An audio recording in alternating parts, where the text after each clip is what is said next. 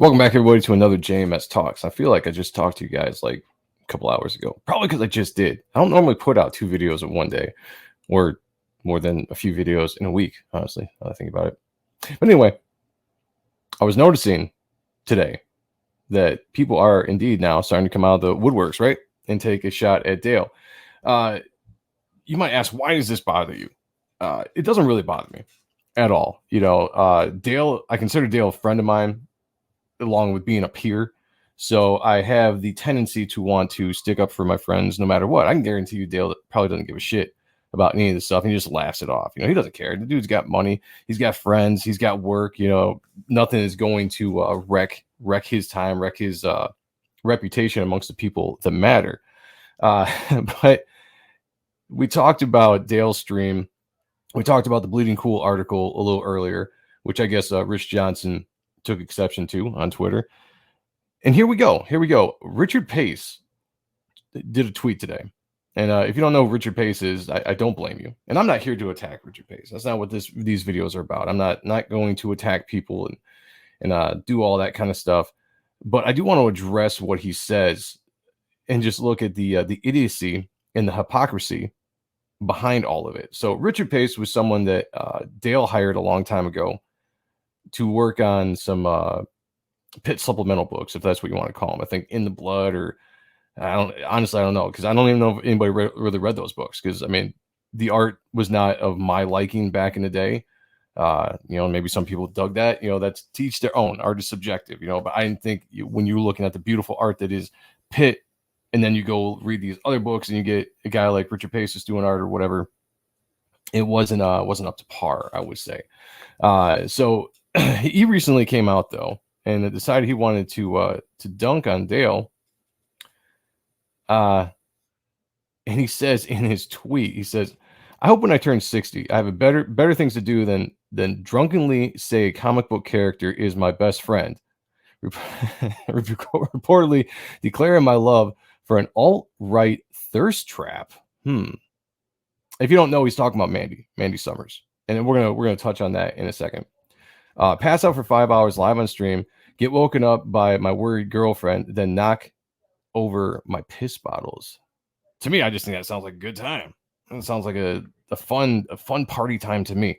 But here's the thing. This reminds me of that kid that was not that popular in high school, right? Maybe he didn't have a good game with the girls. He was passed up in sports because he wasn't athletic, and he took the chance the first time the first time that a popular kid stumbles, he takes the chance to run up and try to like bury them. Let's throw dirt on him, He's trying to burn Dale here at his proverbial pyre, which honestly, dude, Dale, the fire that you see right now around Dale is not a rest in peace fire. This is just the ignition to the missile that's about to go to orbit and nuke all you motherfuckers. And he's going to do that when Pitt drops. By the way, Pitt definitely coming back, written by Philip Diaz, and he's going to correct all the wrongs that Richard Pace might have brought to the writing of Pitt. We might touch on that in another video. But here's the thing. To say that you hope, Richard, when you turn 60 years old, that you have better things to do than everything that you just mentioned. Well, you're talking about a guy who has sold millions of copies of comic books,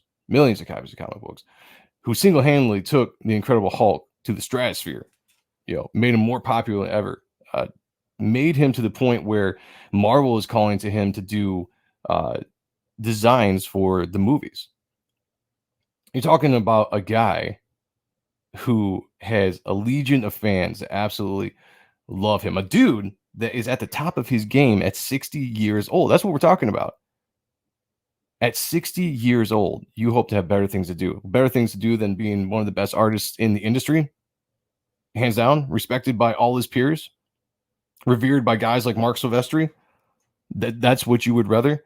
You hope you have better things to do than to be a guy that sold millions and millions of comic books, made more money than you could probably ever dream of off of the skill that he possesses. This is your dunk. And in the middle of that, you drag Mandy Summers into this. So you go out of your way to insult a female creator at the same time. Isn't it kind of funny, like how these people who claim to be virtuous, and have the moral high ground, talk about, how they support this, they support that, but the moment, the moment you get to attack somebody that has ideological difference, and I don't even know where Mandy stands politically, honestly, but because she aligns with Comicsgate, that means apparently she's alt right. So let's insult her. Well, you know what? Mandy has put her time in. Mandy's put her time in. She's put books out. She's created books. She's grown her channel. She's used her channel to lift other people up, other creators, get them in front of more people. She helped me out at least twice when I was on the campaign before I launched Reaper Destroyer. Went on her channel twice, and every single time I got more signups and more people that followed me and people that backed the book. That helped tremendously. She didn't need to do that. She didn't owe me anything, but she gives back. She gives back, and she puts out good work, and she puts out quality work, and she turns that stuff around and gets it out. This is why I call the hypocrisy. So while he's complaining about that, lo and behold, Richard has a campaign that's 8 years overdue. 8 years overdue.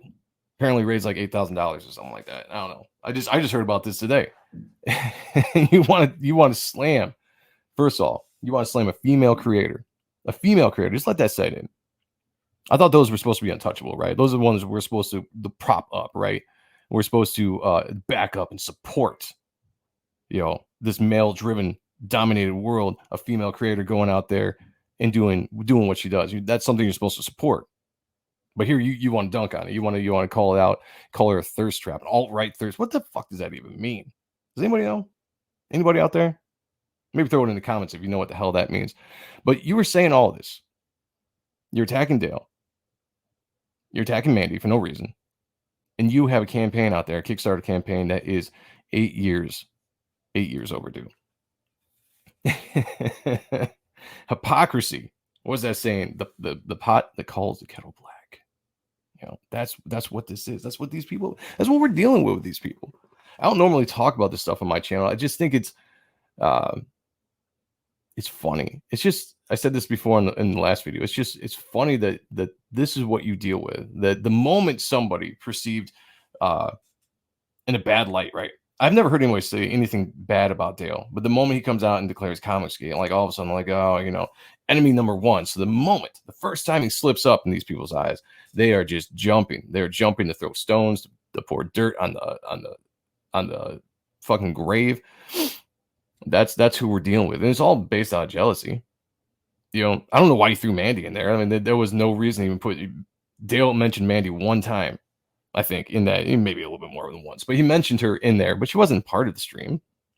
Why is he attacking her? What has she done to him? Maybe it was girls like her that turned him down when he was in high school. He could never get the good looking women. Maybe he's intimidated by tits. I don't know. A good looking woman with tits. Maybe that's what he's intimidated by. Yeah, that must be it. Can't handle that. I'm assuming. But regardless, it's funny. I've seen a lot of people like coming out of the woodwork and saying, like, Richard, who is this guy? Jealousy. That's all it is. Jealousy to someone that you think maybe doesn't deserve the things that you do. Maybe you got passed up on your artistic opportunities by guys like Dale that took the industry by storm. They're absolutely living fucking legends and will continue to be. Like, none of this stuff is going to affect Dale's legacy or reputation to the people that it matters. So yeah, it is what it is. There's nothing to get mad at. It's something we sit here and we laugh at. We laugh at and we dunk on. The fact that you want to throw stones when you have a campaign, Richard, that is 8 years late. So maybe fulfill that. Maybe figure out what you did with the money that you had for that campaign. There's a word that we use back in Michigan for that. I'll let you figure out what that is. So anyway, guys, those are my thoughts on that. If you like this channel, you like this content, please hit the like, hit the subscribe button, hit the bell for notifications, become a member of the channel, and I will talk to you all later. Peace. Hey everybody, before you go, did you know I have my own comic book called Reaper Destroyer on Indiegogo now? It's an action sci-fi adventure that captures everything about the dark heroes of the 90s that we love, but with a modern day twist. If you haven't yet, please consider backing today. There's a link in the description below, and I will talk to you all later.